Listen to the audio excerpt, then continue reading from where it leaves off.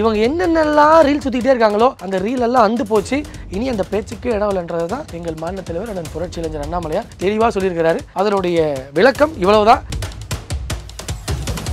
ஸ்டாலின் பெரிய கட்சி வச்சிருக்கிறாரு, எடப்பாடி பெரிய கட்சி வச்சிருக்கிறாரு, எல்லாமே பெரிய ஜாம்பவான்றாங்க, இந்தியாவே எங்க கையிலன்றாங்க, நாங்க தான் பிரதமர் உருவாக்க போறோன்றாங்க, இந்தியா ஜெயிக்க போறதுன்றாங்க. எதுக்கு பிஜேபி பத்தி பேசணும்? எதுக்கு இங்க அண்ணாமலையை பார்த்து கதறணும்? ஐயோ அண்ணாமலைன்னு ஏன் கதறணும்? கதறதுக்கு காரணமே இன்னைக்கு தமிழகம் முழுவதும் நாங்க ஊடுருவிட்டோம். திமுக காரருக்கு மக்கள் மேல அக்கறையே கிடையாது. எங்க எவனாவது ஏதாவது ஒரு தப்பு பண்ணிட்டாங்கன்னா அவனை போய் நோண்டுறது. தப்பு பூரா பண்றது திமுக காரன். ஆனா ஏதாவது ஒரு விஷயம் மாட்டாதா? நோட்டாக்கு கீழே கட்சி அவங்க பையனை பார்த்துருக்கீங்கல்ல. எங்க அண்ணாமலை சொன்னதை திருப்பி நான் சொல்றேன். உதயநிதி அண்ணன் இந்த குடும்பத்துல இல்லாம ஒரு சராசரி மனுஷனா இருந்தா வாட்ச்மேன் வேலை கூட தகுதி எடுத்து அவர் என்ன பண்ணுவார் நினைக்கிறீங்க? திமுகவை பொறுத்தவரை தான் இவங்களுடைய ஃபார்முலாவே இதுதான். அதை விட்டுட்டு இவங்களுக்கு பயமே இல்லை, திமுக வந்து நல்ல அரசியல் பண்ணுது. இன்னைக்கு அண்ணாமலையை பார்த்து பயப்படுறாங்க, பிஜேபி பார்த்து பயப்படுறாங்க. இப்ப பேசிட்டே நேரத்துல மோடிக்கு தேர்தல் பயம். இதை தாண்டி ஸ்டாலின் ஏதாவது சொல்ல முடியுமா? ஆட்சியில என்ன சாதனை? என் பையனை மந்திரி ஆக்கின, அப்படியே துணை முதலமைச்சர் ஆக்கின, இவ்வளவுதான். இந்த தண்டவதிகள் ஆட்சி செய்யக்கூடிய இந்த இடத்துல ஒரு புனிதர்கள், ஒரு நிஜமாவே மக்கள் மீது பற்று கொண்ட நாங்கள் எல்லாம் களத்துல வந்து திமுக கிட்ட பாதுகாப்பு இல்ல, பேசுறவங்களுக்கு பாதுகாப்பு இல்ல, நடமாடக்கூடிய பெண்களுக்கு பாதுகாப்பு இல்ல, பாதுகாப்பே இல்லாம ஒரு ஆட்சியில கூட்டணியில் இருந்துகிட்டு ஐயோ பிரகாஷ் ராஜுக்கு பாதுகாப்பு கொடுக்கணும். என்ன ஒரு புரட்சி பேச்சு! திமுகக்கு ஆதரவா ஜிங் சக்னா ஐயோ தியாகச்செம்மல் என்னமா ரிப்போர்ட்டர், மூத்த பத்திரிகையாளர் அவங்களுக்கு பேரு. ஆனால் உன்னை எதிர்த்து ஒரு கேள்வி கேட்டா சமூக விரோதி, ஜெயிலுக்கு வானா என்ன கதை இது? இதெல்லாம் கேட்டுக்கொண்டு அப்படி கம்முன்னு இருக்கிறதுக்கு நாங்க என்ன இதுவா பப்புவா? நாங்க டெல்லி பப்புக்கு தான் என்னன்னு தெரியாம நீங்க சொன்னாலும் பிஸ்தே பிஸ்தே வடிவால் சொல்லுவார் பாருங்க. கோனை சாமா அதிகமா தராங்க. ராகுல் காந்தியோட அறிவு அவ்வளவுதான், ஸ்டாலின் அறிவு அதுதான். கூட்டணி கட்சின்னு சொல்றாரு, அந்த கூட்டணி கட்சி பேர் லைனா பேப்பர் பக்கம் சொல்லுங்க. ஸ்டாலின் எல்லாத்தையும் மறந்துடுவாரு, கட்சியில ஆக நான் தான் பிரதமர்.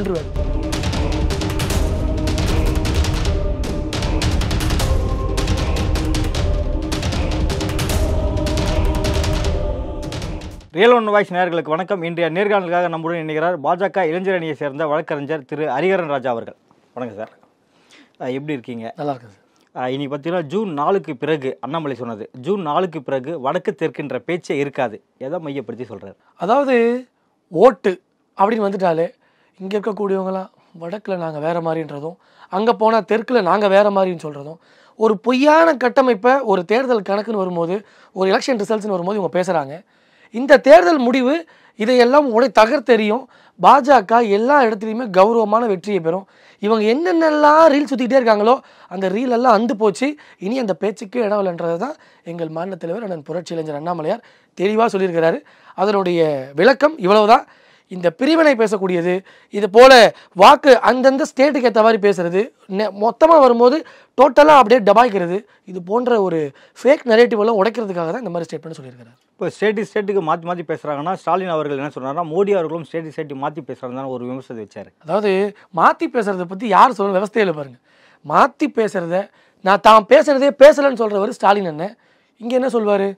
நான் இருக்கேங்க, தமிழக மக்களை நான் காக்கிறேங்க, உங்களுக்கு எல்லா உரிமையும் நான் பெற்றுத்தரேங்க. ஆனால் அங்கே உரிமையெல்லாம் கொண்டு போய் விற்கிறது யார்? ஸ்டாலின் அண்ணன். அங்கே போய் விற்பார். இப்போ அண்ணாமலை அண்ணன் இன்றைக்கி சொல்லியிருக்காரு, நான் பேசிகிட்டு இருக்க நேரத்தில், நீங்கள் அடிக்கிற மாதிரி அடிங்க, நான் அழுகிற மாதிரி அழுகிறேன். அதுபோல் இப்போ அந்த கச்சத்தீவு மேட்டருக்கு இப்போ எல்லாருமே சீரியஸாக பேசிகிட்டு இருக்கோம். கச்சத்தீவை காங்கிரஸ் இடையே தாரவாத்தை கொடுத்தது திமுக. அப்போ என்ன சொல்லியிருக்காங்க தெரியுமா? நீங்கள் எடுக்கிற மாதிரி எடுங்க, நான் அப்படியே தெரியாத மாதிரி நடிக்கிறேன். நடிப்பது, பொய் சொல்வது, பொறுக்கித்தனம் பண்ணுவது தான் திமுகவுக்கு ரொம்ப சகஜமான விஷயம். அதனால் மாற்றி பேசுறதை பற்றிலாம் ஸ்டாலின் என்ன பேச வேண்டாம். அவருடைய சகாப்தம் 2026 வரை மைக்குக்கும் அவருக்கு வேலை. அதற்கப்புறம் அவருக்கு அரசியலை விட்டு ஓய்வு கொடுக்கக்கூடிய சூழ்நிலையை இன்னைக்கு பாஜக ஏற்படுத்திட்டு. ஜூன் 4 வெற்றியை கொண்டாட தயாராகுங்கள், தாமரை படர்ந்திருப்பதை அனைவரும் பார்ப்பார்கள் அப்படின்னு சொல்லியிருக்காரு. அதெல்லாம் பார்த்தீங்கன்னா தெலுங்கானாவில் 10 தொகுதியில் வெற்றி உறுதினு சொல்லியிருக்காரு.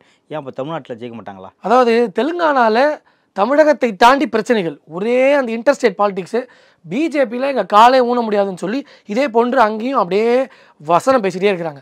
அதற்கு நாங்கள் சொல்கிறது என்னென்னா, இந்த முறை ஒன்றுமே வராதுன்னு சொல்கிறோம். நீங்கள் 10 இடத்துல நாங்கள் தெலுங்கானாவில் ஜெயிப்போம்னு சொல்கிறோம்.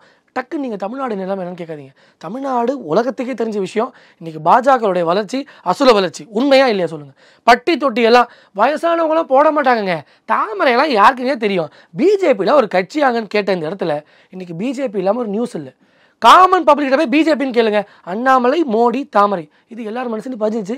இன்னைக்கு ஓட்டுன்றது எங்களுக்கு விழுந்திருக்குங்க. இன்னைக்கு எல்லாருமே ஏன் பேசுறாங்க? ஸ்டாலின் பெரிய கட்சி வச்சிருக்கிறாரு, எடப்பாடி பெரிய கட்சி வச்சிருக்கிறாரு, எல்லாமே பெரிய ஜாம்பவான்றாங்க, இந்தியாவே எங்க கையிலன்றாங்க, நாங்க தான் பிரதமர் உருவாக்க போறோன்றாங்க, இந்தியா ஜெயிக்க போறதுன்றாங்க. எதுக்கு பிஜேபி பத்தி பேசணும்? எதுக்கு இங்க அண்ணாமலையை பார்த்து கதறணும்? ஐயோ அண்ணாமலைன்னு ஏன் கதறணும்? கதறதுக்கு காரணமே இன்னைக்கு தமிழகம் முழுவதும் நாங்கள் ஊடுருவிட்டோம். இன்னைக்கு கட்சி எல்லா இடத்துலையும் வளர்ந்துருக்கு. கட்சி கேடஸ் எந்த அளவு வேலை பார்த்துருக்குறாங்க, எந்த அளவு ஓட்டு விழுந்திருக்கு. வெற்றிக்கு காத்திருங்க, வெற்றி கொண்டாட்டத்துக்கு காத்திருங்கன்னு ஒரு தலைவர் சொல்றாரு. எவ்வளோ தைரியத்தோட நாங்கள் பேசுவோம். அப்போ களத்தில் இருக்கக்கூடிய எல்லா தலைவருக்கும் தெரியுது இன்னைக்கு பிஜேபியோட வளர்ச்சி அசுர வளர்ச்சி. இன்னைக்கு யாரை பார்த்தாலும் நியாயத்தை தர்மத்தை தட்டி கேட்கக்கூடிய, ஒரு அநீதிகளை கம்முன்னு இல்லாமல் உடனே கேள்வி கேட்கக்கூடிய இடத்துல இன்னைக்கு பாஜக தான் இருக்கு. ஆமாவா இல்லையா? ஒரு மீனவருக்கு பிரச்சனையா கேள்வி கேட்கக்கூடிய முதல் யாரு? அண்ணாமலை அண்ணன். மாணவருக்கு பிரச்சனையா கேட்கக்கூடியது அண்ணாமலை அண்ணன். விவசாயிகளுக்கு பிரச்சனையா கேட்கக்கூடிய ஆள் யாரு? அண்ணாமலை அண்ணன். இன்னைக்கு எல்லா விதமான பிரச்சனைகளையும் முதல்ல கையில் எடுத்து மக்களோடு மக்களாக நிற்பது பாஜக. அப்போ நாங்கள் ஆட்டோமேட்டிக்காக சொல்லுவோம் இல்லைங்க, பாஜக பெரும்பான்மையான இடங்களில் வெற்றி பெறும். கூட்டணி பாருங்க, கூட்டணி அமையவே அமையாது, எல்லாம் ஜோசியர். பிஜேபியில் ஒரு கட்சியாயா? இன்னைக்கு நல்ல ஒரு கூட்டணி, நல்ல ஒரு கேம்பெயின், வெற்றிங்க. மொத்தத்துக்கு மொத்தம் எங்களுடைய தேர்தல் வெற்றியான ஒரு தேர்தல். நிச்சயமாக ரிசல்ட் உங்களுக்கு தெரியப்படுத்தும். 4ஆம் தேதி இவங்களுக்கெல்லாம் அப்படியே புளிய கரைச்சி ஊற்றக்கூடிய அளவில் ஒரு படுதோல்வியை, இவங்க ஆட்டத்துக்கெல்லாம் கொஞ்சம் ரெஸ்ட் கொடுக்கக்கூடிய சூழ்நிலையை இன்றைக்கி பிஜேபி உருவாக்கியிருக்கு. அது தேர்தல் ரிசல்ட் தெரிவிக்குன்றது தான் நாங்கள் ரொம்ப அழுத்தம் திருத்தமாக சொல்கிறோம். என்ன காரணத்துக்காக தமிழ்நாட்டில் எத்தனை தொகுதிகள் ஜெயிக்க போகிறோம் அண்ணாமலை அவர்கள் தவிர்த்தார்? ஏங்க நல்லா புரிஞ்சுக்கோங்க, எல்லாத்துலேயுமே ஒரு சஸ்பென்ஸ் ஒன்று இருக்கணும். எல்லாத்தையுமே நாங்கள் சொல்கிறேன்னு வச்சுக்கோங்களேன், இவங்க நம்மளை எள்ளி நகையாடுறதுக்கு ரெடியாக இருக்காங்க. திமுக காரனுக்கு வேலை செய்ய துப்பே கிடையாது. திமுக காரனுக்கு மக்கள் மேலே அக்கறையே கிடையாது. எங்கே எவனாவது ஏதாவது ஒரு தப்பு பண்ணிட்டாங்கன்னா அவனை போய் நோண்டுறது, தப்பு பூரா பண்ணுறது திமுக காரன். ஆனால் ஏதாவது ஒரு விஷயம் மாட்டாதா, நோட்டாக்கு கீழே கட்சி. அவங்க பையனை பார்த்துருக்கீங்கல்ல, எங்கள் அண்ணாமலை சொன்னதை திருப்பி நான் சொல்கிறேன். உதயநிதி அண்ணன் இந்த குடும்பத்தில் இல்லாமல் ஒரு சராசரி மனுஷனாக இருந்தால் வாட்ச்மேன் வேலை கூட தகுதியற்றவர். அவர் என்ன பண்ணுவார்னு நினைக்கிறீங்க? உங்ககிட்ட ஆக்கப்பூர்வமாக நீங்கள் ஒரு கேள்வி கேட்டீங்கன்னா பெப்பப்பேன்னு. அவரை பொறுத்தவரையிலும் ஒரு அசைன்மெண்ட். தம்பி இன்னைக்கு முட்டையை கொண்டு போ, தம்பி இன்னைக்கு செங்கலை கொண்டு போ, தம்பி இன்னைக்கு அதை பேசு, தம்பி இதை பேசு. ட்ரைனிங் கொடுத்து நடத்துகிறாங்க. கட்சியே கிடையாதுங்க, அது ஒரு ஐடி கம்பெனி. இவர் அப்படியே ரோபோ மாதிரி வராரு, அப்படியே யதார்த்தமாக பேசுகிறாராம். யதார்த்தமாக சிரிக்கிறது என்ன? ஏதாவது ரொம்ப கேள்வி கேட்டாங்கன்னா திரும்பி பார்க்குறது. சார் உங்களுக்கு தெரியுமா பின்னாடி தான் யார்? உங்கள் அக்கா, உங்கள் அண்ணன், அவங்களுக்கு ஒன்றும் தெரியாது. திமுகவை பொறுத்தவரை பெப்பப்பே தான் இவங்களுடைய ஃபார்முலாவே இதுதான். அதை விட்டுட்டு இவங்களுக்கு பயமே இல்லை, திமுக வந்து நல்ல அரசியல் பண்ணுது.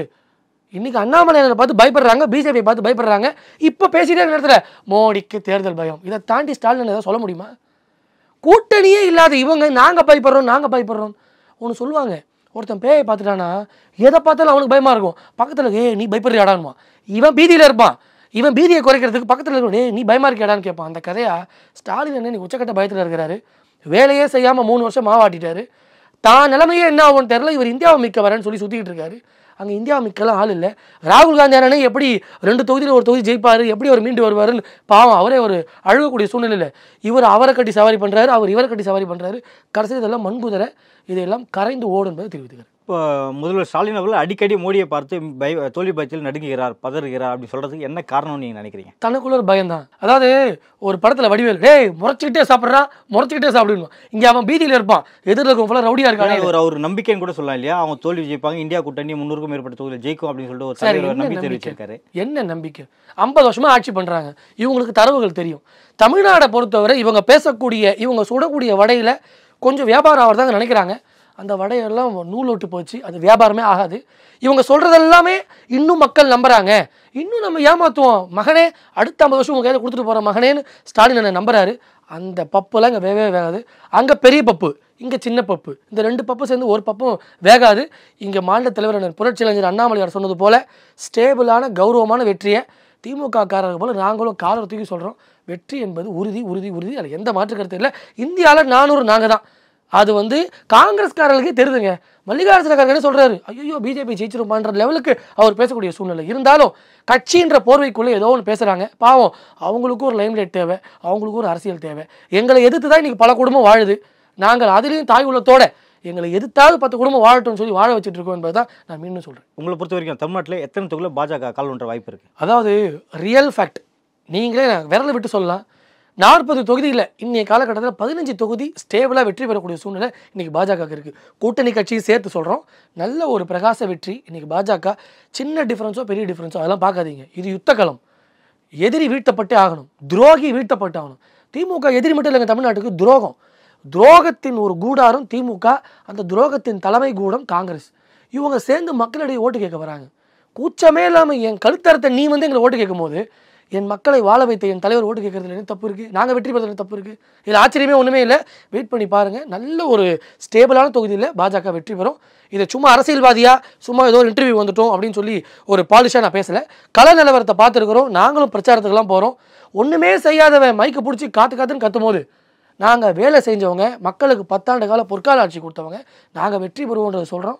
தமிழக மக்கள் நல்லதின் பக்கம், சத்தியத்தின் பக்கம் திரும்ப தொடங்கிட்டாங்கன்னு பார்த்து நான் அன்போடு தெரிவித்துக்கிறேன். இப்போ நீங்களே 40 தொகுதி ஜெயிப்பேன்னா இப்போ திமுக இப்போ இங்கே டெபாசிட் இல்லையா? அதாவது டெபாசிட் போகணுன்றது தான் விருப்பம். ஆனால் இன்றைக்கி இருக்கக்கூடிய காலகட்டத்தில் நம்ம ஒரு ஃபேக்டை புரிஞ்சுக்கணும்.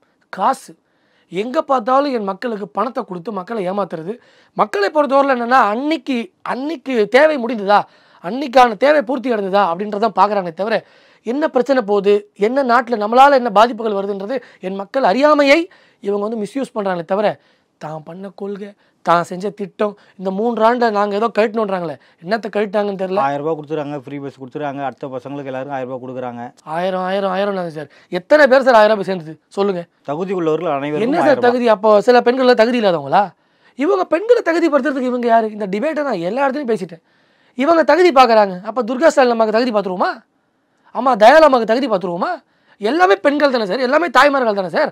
நீங்கள் அதில் பாகுபாடு பார்க்க வேண்டிய அவசியம் என்ன? நான் சொல்கிறது ஒன்றே ஒன்றுங்க. நீங்கள் கேட்கலாம், எங்க மனசாட்சி இல்லாமல் சொல்கிறீங்களேங்க, இவ்வளோ பேருக்கு வந்து 1000 ரூபா தரது சாத்தியமாகன்னு கேட்பீங்க. சாத்தியம் இல்லைன்றது எங்களுடைய பாயிண்ட். திமுக கொடுத்த தேர்தல் அறிக்கை எதுவுமே சாத்தியம் இல்லை. தான் ஜெயிக்க மாட்டோம்னு நினச்சி ஒரு தேர்தல் அறிக்கையை கொடுத்து போட்டு இன்னைக்கு எதுவுமே செய்ய முடியாமல் அவங்க செஞ்சது ஒரே விஷயம்தான், பையனை மந்திரி ஆக்குனது, தலைவர் நல்ல டோப்பாக கடையில் வாங்கி போட்டது. இதை தாண்டி ஆக்கப்பூர்வமான ஒரு செயல்பாடு சொல்லுங்கள். எல்லா மீடியா கார்டுக்கிட்ட 1000 ரூபாய் தாண்டி ஒன்றுமே இல்லைங்களேங்க. அந்த 1000 ரூபா வச்சு என்ன பண்ணுறது? நல்ல வேலைவாய்ப்பை கொடு, நல்ல சுகாதாரத்தை கொடு, நல்ல கல்வியை கொடு. நீ இதெல்லாம் கொடுக்காம சும்மா நான் 1000 கொடுத்தேன், 2000 கொடுத்தேன், உனக்கு பஸ்ஸு கொடுத்தேன், உனக்கு ட்ரெயினு கொடுத்தேன், என்ன கதை இது? இதெல்லாம் யார் கேட்டா? அவங்கள 10 ரூபா பஸ்ஸு கொடுத்து போகிறது என் தாய்மார்களுக்கு தெரியாதா? அதில் அவ்வளோ கேவலப்படுறாங்க. பஸ்ஸுன்னு ஞாபகம் வருது. இப்போ பார்த்தீங்கன்னா அது லட்சணத்தை கூரையே வேண்டாங்க, மதன் மழை கொட்டுது உள்ள. இது ஒரு ஆட்சியா? அந்த பஸ்ஸெல்லாம் பாருங்கள், ஒரு கடங்களில் நிற்குது, 100 பஸ் அப்படியே நிற்குது. புது பஸ் விடுவோம் கேட்டு பிடிச்சி போச்சா இல்லையா உங்களுக்கு? நீங்களே 3 புது பைக் வாங்கியிருப்பீங்க, ஆமாவே இல்லையா? இன்னும் வாங்குறாங்க. அதுக்கு 1000 கோடி 10,000 கோடி. யார் கேட்க போகிறா? சும்மா ஒதுக்கி விட்டு போக வேண்டியதுதான். மினிஸ்டரை மட்டும் மாற்றுவாங்க. இப்போ புது மினிஸ்டர் மாற்றி என்ன ஆச்சு? ஒரு லட்சணமும் இல்லை. இப்போ அவங்க பையனை துணை முதலமைச்சர் ஆக்கணும். ஆட்சியில் என்ன சாதனை? என் பையனை மந்திரி ஆக்கினேன், அப்படியே துணை முதலமைச்சர் ஆக்கினேன், இவ்வளவுதான். இந்த தண்டவதிகள் ஆட்சி செய்யக்கூடிய இந்த இடத்துல ஒரு புனிதர்கள், ஒரு நிஜமாவே மக்கள் மீது பற்று கொண்ட நாங்கள் எல்லாம் களத்தில் வந்து நாங்கள் ஆட்சிக்கு வரக்கூடிய சூழ்நிலை தமிழ்நாடு மாறும். இது காலத்தின் கட்டாயம். நிச்சயம் அதுக்கான மாற்று வேலை நடந்தே தீரும். நடிகர் பிரகாஷ்ராஜ் அவர்கள் உயிருக்கு சனாதன சக்திகளால் ஆபத்து இருக்கு, நாங்கள் இருக்கும் வரை அவரை பாதுகாப்போம் அப்படின்னு சொல்லிட்டு திருமாவளவன் சொல்லியிருக்காரு. திருமாவளவன் ஏன் இப்படி சமீப காலத்தில் மாறிட்டாருன்னு தெரியல. ஒரு பொறுப்புள்ள இடத்துல இருக்கிறாரு. ஒரு ஒரு ஒரு தாரார் மக்கள் அவர் ரொம்ப நம்புகிறாங்க. அவர் அரசியல் நாங்கள் ரொம்பவே பல விஷயங்கள் எங்களுக்கு அவருக்கு முரண்பாடுகள் இருந்தாலும் அவரை போன்ற ஒரு அரசியல் தலைவர்கள் தமிழ்நாட்டிற்கு தேவை என்பதில் எங்களுக்கு எந்த மாற்று கருத்தும் இல்லை. ஏன் இது போன்ற ஒரு வன்ம பேச்சுக்களை பேசுகிறாரு? பிரகாஷ்ராஜ் அண்ணன் யார்? கதைக்கு வரும். எதிர்த்து அரசியல் பண்ணணும். ஒரு பாக்கெட் சாம்பார் சாதம் கொடுத்துட்டு பாருங்க யாருக்காவது. வெள்ளம் வந்த நேரத்தில், புயல் வந்த நேரத்தில் அவரால் ஒரு மக்களுக்கு ஒரு பிரயோஜனம். இப்போ ரீரிலீஸில் கில்லி படத்தில் வில்லன் நினச்சதுக்கு அப்படியே சிரிச்சுட்டே பேசுகிறார் இன்டர்வியூவில். மக்கள் படக்கூடிய இன்னல்கள் என்னன்னு தெரியுமா அவருக்கு? மைக்கை பிடிச்சி ஒன்று பேசுகிறாங்கன்னா பெரிய புரட்சியாளராங்க. நான் கேட்குறேன், எவ்வளோ பெரிய விஷயங்களை பண்ணுறோம், கொரோனாலேருந்து மக்களை மீட்டு இருக்கிறோம், எவ்வளோ சாதனைகளை செஞ்சுருக்கிறோம். பாராட்ட மனம் இல்லையா? புண்ணியவனே ஓரமான இல்லை. என்ன விமர்சனம்? பெங்களூர் மக்கள் அடிச்சு அமிச்சாங்களா இல்லையா? டெபாசிட் போச்சா இல்லையா? பெங்களூரில் நின்னீங்களா இல்லை? யார் எடுத்து நின்னீங்க? காங்கிரஸ் எடுத்து நின்னீங்க, பிஜேபி எடுத்து நின்னீங்க. இன்னைக்கு காங்கிரஸோட சேர்த்து எங்களை கலாய்க்கிறீங்க, எங்களை விமர்சனம் பண்ணுறீங்க. அப்போ நீங்கள் யார்? விமர்சனம் பண்ண பணம் வருதா? பணம் சம்பாதிக்கணும். யாரை பேசினா பிரதர் ஒன்று விஷயம் புரிஞ்சுக்கோங்க. மக்கள் எப்படி மோடியை நம்புறாங்களோ, மோடி சொல்வதுக்கு எப்படி ஒரு வேல்யூ இருக்குது, பப்பு சொல்கிறதுக்கு வேல்யூ இருக்கா? பப்புனா யார் தெரியுதா? ராகுல் காந்தி. பப்பு சொல்கிறதுக்கு ஏதாவது வேல்யூ இருக்கா? ஏதாவது பேசிட்டு போவார். இப்போ சின்ன பையன் உடுக்கப்பான்னு சொல்லக்கூடிய இன்றைக்கி ஒரு அளவில் இன்றைக்கி அரசியல் இருக்குது. ஆனால் ஸ்டாலினை தான் தூக்கி பிடிக்கிறாரு. அதுபோல் தெளிவாக சொல்கிறேன், பிரகாஷ்ராஜனுக்கெல்லாம் அரசியல் ரீதியாக கருத்து சொல்வதற்கு என்ன தகுதி இருக்குது? அவர் நாங்களே டிஸ்டர்ப் பண்ண போகிறோம், நாங்கள் என்ன விடியா திமுக அரசா? சவுக்கு சங்கர் 1000 இருக்கட்டும்ங்க, தப்பான கருத்து சொன்னதாகவே இருக்கட்டும்ங்க, அவரை முறைப்படியாக விசாரிப்பதை விட்டு அவர் அவ்வளோ துன்புறுத்திருக்காங்க, கையை உடைச்சிருக்காங்க. இது தப்பு இல்லையா? விண்டேட் 2 மணிக்கு பூந்து அரெஸ்ட் பண்ணக்கூடிய ஆட்சியே எங்கள் ஆட்சி. கருத்து சுதந்திரத்தை பற்றி பேசுவதற்கோ அவர் பாதுகாப்பையோ திருமாவளவன் போய் ஸ்டாலின் சொல்ல சொல்லுங்கள். திமுக கிட்ட பாதுகாப்பு இல்லை, பேசுகிறவங்களுக்கும் பாதுகாப்பு இல்லை, நடமாடக்கூடிய பெண்களுக்கும் பாதுகாப்பு இல்லை. பாதுகாப்பே இல்லாமல் ஒரு ஆட்சியில் கூட்டணியில் இருந்துக்கிட்டு ஐயோ பிரகாஷ்ராஜுக்கு பாதுகாப்பு கொடுக்கணுங்க. இப்போ என்ன ஒரு புரட்சி பேச்சு! அதற்கு கடுமையான கண்டனத்தை எங்கள் மாநில தலைவர் அண்ணன் புரட்சி அறிஞர் அண்ணாமலையார் சொல்லியிருக்கிறாரு. அதை நான் அவர் தம்பியாக நானும் பதிவு செய்கிறேன். அது ரொம்ப தப்பான விஷயம். இது எப்படி சொல்லலாம்? சொல்லிட்டு நீங்கள் ஈஸியாக இருக்கீங்களே. நீங்கள் பாட்டு என்ன அவார்டு தரீங்க பிரகாஷ் ராஜுக்கு? என்ன சாதனை பண்ணிட்டாரு? ஒன்றுமே இல்லாத ஒரு வெறும் குடம், தேவையில்லாமல் எங்களை நோண்டினால்தான் இன்னைக்கு அவர்களுக்கெல்லாம் உணவு, அவரெல்லாம் லைம்லைட்டில் வராங்கன்னு சொல்லி ஏதோ வளர்றாரு. இதையெல்லாம் நிப்பாட்டிக்கணும். கட்டுத்தொகை எழுந்துட்டாரு பிரதர், டெபாசிட்டே இல்லை பிரதர். 200 ஓட்டோ 300 ஓட்டோ வாங்கினவர்களாம் நீங்கள் எங்களை வந்து விமர்சிக்கலாமா? பெரிய திரை பிரபலம். அதே அவர் சினிமாவில் நல்லா நடிக்கிறாங்கன்னு சொல்லிட்டாங்க பல பேர். தரையிலே வந்து நடிக்கிறாரு. தரையில் நடித்தால் தலை இல்லாமல் கால் இல்லாமல் அடித்து ஓட விடுவாங்க ஜனங்க. அதுதான் உண்மை. உடனே நாங்கள் மிரட்டுறோன்னு சொல்கிறது என்ன பேச்சு இது? உங்களை யார் டிஸ்டர்ப் பண்ணா? ஒரு பொருட்டாவே மதிக்காத ஒருத்தரை இவங்களாக கொண்டு வந்து அந்த ஒரு படத்தில் சொல்லுவாங்கல்ல, ஏய் நீ யார் ஜோக்கர் போடா சார், நான் தான் சார், டே போயா வரமான். அந்த கதையா எதுக்குமே பிரயோஜனம் இல்லாத பிரகாஷ் ராஜை கொண்டு வந்து இங்கே ஒரு ரோல் ப்ளே பண்ண வச்சு திமுக காரங்க விடுதலை சிறுத்தைக்கு ஒரு அஜெண்டா கொடுத்து அதை இவங்க பண்ணுறாங்க. இதெல்லாம் வெறும் காமெடி ஆஃப் த ஸ்டோரி. இதெல்லாம் ஒரு விளையாட்டு செய்தியாகவே கடக்கப்படும் தெரியுது. சவுக்கு சங்கர் மீதான குண்டாஸ் வழக்கை தான் விசாரிக்க கூடாதுன்னு சொல்லிட்டு நீதியரசர் தன்னை 2 பேர் அழுத்தம் கொடுக்குறான்னு சொல்லியிருக்காரு. அது பெரிய இஷ்யூவாகவே இருக்குது. இது எப்படி பார்க்குறீங்க சார்? திமுக பொறுத்தவரை யாருக்குமே நிம்மதி இல்லைங்க. எல்லா செக்டர் ஆஃப் பீப்புளும் டிஸ்டர்பன்ஸ் தான். அதில் நீதிபதிகளும் விதிவிலக்கு இல்லை. ப்ரெஷர் கொடுத்தது யாருன்னு நினைக்கிறீங்க? அவர் வெட்ட வளர்ச்சியாக சொல்ல முடியாது. ஆளுங்கட்சிக்காரனாக இருப்பாங்க, ஏதாவது சொல்லியிருப்பாங்க. அதனால தான் அவர் விசாரித்து குண்டாஸ் ரத்து பண்ணியிருக்காரு. பார்த்தீங்களா இல்லையா? நிச்சயமாக நீதியானது வெல்லப்படும். இவங்க சொல்லக்கூடிய விஷயங்களுக்கு எல்லாரும் பயப்பட மாட்டாங்க சார். நியாயமானவன், மானஸ்தன், ஆண்மகன் நாட்டில் இருக்க தான் செய்கிறான். எல்லாருமே இவங்க சொல்கிற மாதிரி காலில் வந்து கும்பிடக்கூடிய அந்த ஈனம் கூட்டம் நாங்களும் கிடையாது. தன்மான உள்ளவன் பல பேர் இருக்காங்க. அந்த நீதியரசருக்கு மனமார்ந்த நன்றி. அவர் குண்டாசை ரத்து பண்ணியிருக்கீங்க. நியாயமான விசாரணை செய்யுங்க, அதற்குண்டான தண்டனை கொடுங்க. பாஜக அதை வரவேற்கும். துன்புறுத்தாதீங்க யாரையுமே. அது தவறான விஷயம். திமுகக்கு ஆதரவா ஜிங் சக்னா ஐயோ பா தியாகச்செம்மல் என்னமா ரிப்போர்ட்டர், மூத்த பத்திரிகையாளர், அவங்களுக்கு பேர். ஆனால் உன்னை எதிர்த்து ஒரு கேள்வி கேட்டா நீ சமூக விரோதி, ஜெயிலுக்கு வானா என்ன கதை இது? இதையெல்லாம் கேட்டுக்கொண்டு அப்படி கம்முன்னு இருக்கிறதுக்கு நாங்கள் என்ன இதுவா பப்புவா? நாங்கள் டெல்லி பப்புக்கு தான் என்னன்னு தெரியாமல் நீங்கள் எது சொன்னாலும் பிஸ்தே வடிவால் சொல்லுவார் பாருங்க. கோனை சாமா அதெங்கம்மா தராங்க. ராகுல் காந்தியோட அறிவு அவ்வளோதான்.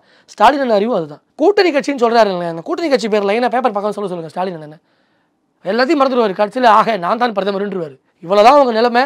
அதனால் இவ்வளோதான் ஒரு பெரிய ரோலாகவே தமிழ்நாட்டிலையும் பேசாதீங்க. இவங்களையே நான் பொருட்டாக கருதாத போது, அதாவது திமுக விசிகாவே கருதாத போது இதில் பிரகாஷ் ராஜுக்கு என்ன இடம் இருக்குது? விடுங்க. அதனால் இதெல்லாம் வெறும் அவங்க சேனல் போல் ஆதித்யா டிவி பார்த்துருக்கீங்களே, ஆதித்யா டிவி போல் கடந்து போயிருங்க. நீதியரசருக்கு ப்ரெஷர் கொடுத்தா 2 பேர் சொன்னாங்க இல்லையா? அது 2 பேர் யாராக இருக்கும் நீங்கள் நினைக்கிறீங்க உங்கள் பார்வை? சார் நம்ம அவங்கள மாதிரி ஜோஷியக்காரராக விரும்பலை. நீதியரசருக்கு அழுத்தம் கொடுத்தது யாராக இருந்தாலும் தவறு. நீதியரசர் என்பது பொதுவான நபர். நீதியரசருக்கே ப்ரெஷர் கொடுக்குறாங்கன்னா அவங்க எந்த இடத்துல இருப்பாங்க? இல்லை, அவங்க பயங்கர ப்ரெஷர் மோடில் பெரிய லெவலில் தான் இருப்பாங்க. இவங்களுக்கு எல்லாம் பாடம் சொல்லி கொடுக்க தான் நாங்கள் வந்திருக்கோங்க. யாரும் கணிக்க நாங்கள் வரல. செய்தது ஒரு ஈனத்தனமான வேலை. அது யார் என்று சொல்லணும்லாம் அவசியம் இல்லை. கண்டிப்பாக திமுக முக்கிய மந்திரிகள் யாராவது பேசியிருக்கலாம். அதில் எந்த மாற்று கருத்து இல்லை. ஏன்னா இது போல் 2ஆம் கட்ட வேலைகள்லாம் இவங்க செய்வாங்க. அவங்களுக்கு அது கைவந்த கலை. அதுக்காகவே ட்ரைனிங் எடுத்து 30 வருஷம் 40 வருஷம் அரசியல் பண்ணியிருக்காங்க. அதனால் இதெல்லாம் நம்ம விட்டுருவோம். ஆக்கப்பூர்வம் மக்களுக்கு என்ன விஷயங்கள் என்பதை பேசுவோம். இதெல்லாம் ஒரு வெற்றித்தனமான வேலைகள் இவங்க செய்துட்டு இருக்காங்க. இந்த வெண்ண வெட்டிகள் 2026 இதில் வீட்டுக்கு அனுப்புவது நம்மளுடைய ஒரே வேலை. நடப்பு அரசியல் குறித்து பல்வேறு கருத்துக்களை பொறுத்தவரைக்கும் மிக்க நன்றி.